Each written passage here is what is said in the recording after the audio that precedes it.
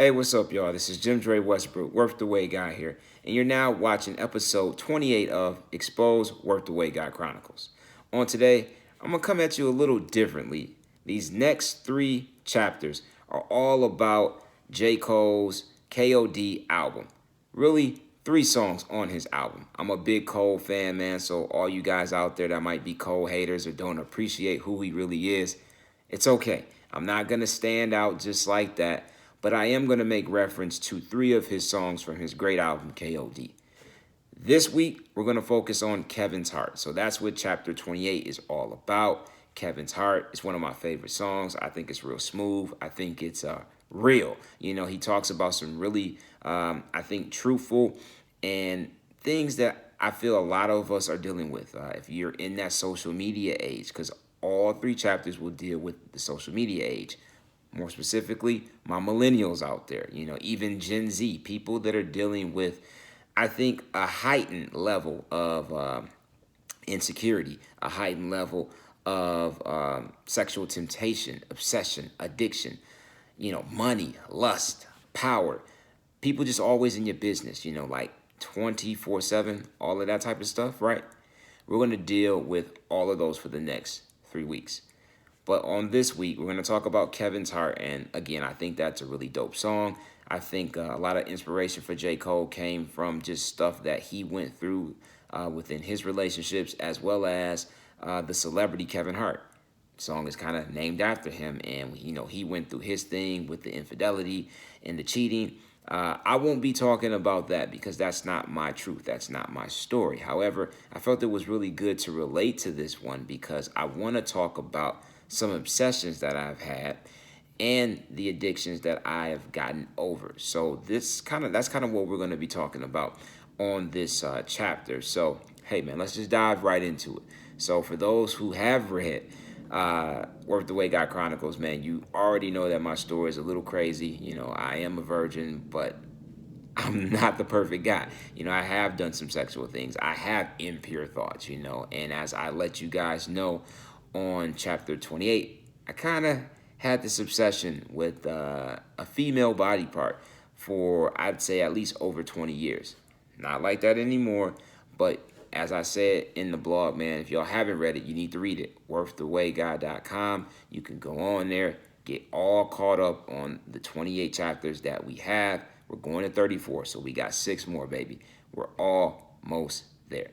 So yeah, I kind of say, you know, and I really don't kind of say it because I say it. I have been obsessed with big butts. I'm a guy where I'm a butt guy. You know, I grew up in the 80s, in the 90s. So you had, you know, hella songs that talked about big butts. I mean, you had, you know, Baby Got Back. You had Rump Shaker. You had The Butt. You know, Miss Fat Booty. You know, I can keep on going on and on to talk about songs that talked about, you know, women having, you know, big booties. And, you know, I was no different. You know, I grew up in that era, like I said, where you heard the songs and you saw the girl. So it wasn't just like, you know, you heard this song and you never saw a girl with a big butt. No, I mean, every class, like literally since the 4th grade, I've had a woman, you know, and a girl at that time who have had a butt, you know, she might as well been grown, you know what I mean? Like she had a big butt, you know, back that back that thing up. You know, I ain't gonna say what it really is, but like there are so many songs, but these songs are coming from a place, you know. And for me, I couldn't really internalize it or put it in a place where, okay, this is a song, I like the song, it's a cool song, but not be so obsessed. You know, I'm a hip hop guy, so a lot of those hip hop songs do talk about female body parts and men wanting to do certain things with these female body parts. So before you knew it, like I was obsessed with women with big butts. Like so almost every single girl. Matter of fact, every girl that I was interested in growing up, she had to have a big booty. Like it was just one of my things that because I couldn't deal with the emotions the right way and I never really expressed it. Because I mean, most folks, you know, especially when you're growing up, man, especially back in those days, I mean, you really didn't talk out your issues and thought that, oh, well, I only chase after women that like that have big butts that something's wrong with me or that's an issue, right? That's just like for women, hey, I only date dudes that are over 6'2", maybe even taller, 6'5". Like, you have to really have a guy that tall, and if he's under 6 feet, he offers nothing to you, right?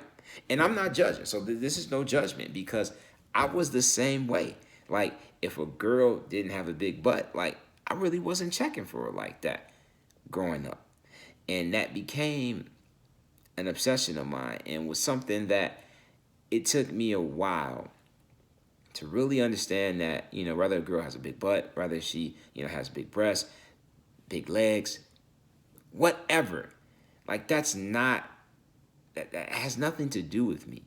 And, moreover, has nothing to do with my purpose and what her purpose would be in my life. Whether I was very active or a virgin or even asexual, like, a woman is more than her body parts, right? Just like men. Women do the same thing to us. Like I said, I talked about height. There's other things that you could talk about where, hey, he got to have his bank accounts, whatever that is. You feel someone has to have for you. It's not right. They don't have to have anything but love you, have that right heart, that right mind, to actually care for you, to provide for you, to support you emotionally, financially, spiritually. Do this, connect with you, bond with you, right? Rock with you. The whole, being obsessed with body parts thing, man, like, I didn't know that was an issue till I ran across later on in life where that obsession for those body parts turned into an addiction, and that whole pornography and that masturbation thing, like, all of that started happening in my life. And I'm like, whoa, wait a minute. I'm a control guy. I wouldn't say a control freak, but I do like to control things in my life, right? I feel that I have some type of control in my life, or at least I thought I did.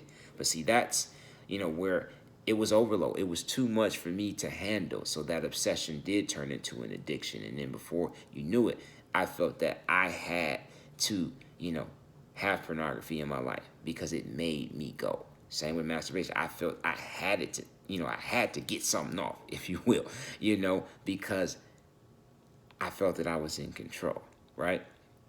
And I think a lot of times we feel that we're in control, but that's when you got to go hands-free. I talked about this whole concept of going hands-free, literally giving God everything that you hold in your hands that you think that you have control.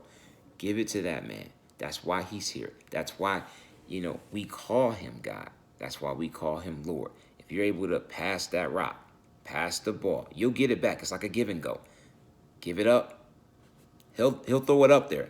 He'll lob it up there. You just got to go get that thing. But in order for you to jump to dunk that ball, you had to pass it in the first place. And that's kind of my takeaway, man. Like, I really want people to, if you are going through something, obsession, addiction, you need to talk it out. You need to tell someone first. Recognize the problem. Recognize that issue. If you don't like who you are or what that thing is making you become, you got to get some help. You got to get some help. There's so much help out there, and within your family, professional help. Talk this thing through with someone. I tried to handle all my issues by myself. That's why I internalized everything from obsession to addiction. And I finally got the help when I said, God, I really need you. I'm passing the rock. I don't even want it. Once I went hands-free, he helped me. And I believe that that's what he can do for you guys out there. So if you're going through something, man, holla at somebody. Talk to somebody. Friends, family, even if it's a stranger. When I say stranger, someone like me. A lot of people who will hear this, see this, you guys really don't, quote unquote, know me because maybe you haven't got a chance to meet me. But if we can do this right here. Shoot a DM.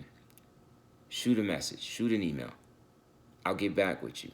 Maybe we can talk about some things. Maybe we can get you that help that you really need so you can take that next step towards success, towards achievement, towards exactly where God really wants you to be. Cool?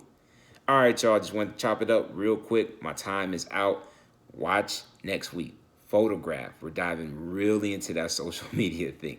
There's a lot of things we got to talk about. You might unfollow some folks, but trust me, it'll be worth it. All right, y'all. Until next time. Peace.